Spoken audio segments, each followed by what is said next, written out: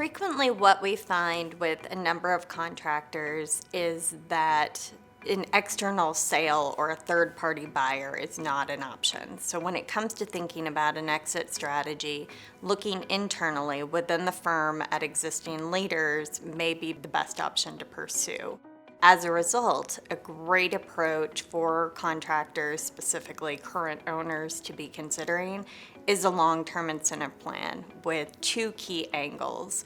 Retention, of course, bringing up those key leaders to prepare for that exit and that transfer of power, so to speak. And secondarily, making sure that they do have the funding mechanisms in place to make that purchase over time. Historically, long-term incentive plans have been used for two key purposes. One is simply to align ownership interests with key executive interests and activities. So making sure that executives are thinking of corporate wealth generation, value of the firm, and the like, just as the current owners are. The second key reason tends to be retention, where we're looking at maintaining employment of those key leaders for some given period of time.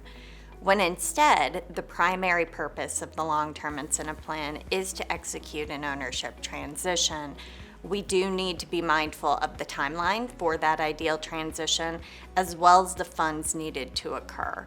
But where long-term incentive plans can be particularly beneficial is when you do have an extended timeline and there's some lack of certainty related to those key executives. It doesn't mean that they're not excellent leaders or they shouldn't be maintained and kept with the firm for a given period of time, but that question of whether they should truly be becoming owners is still out there.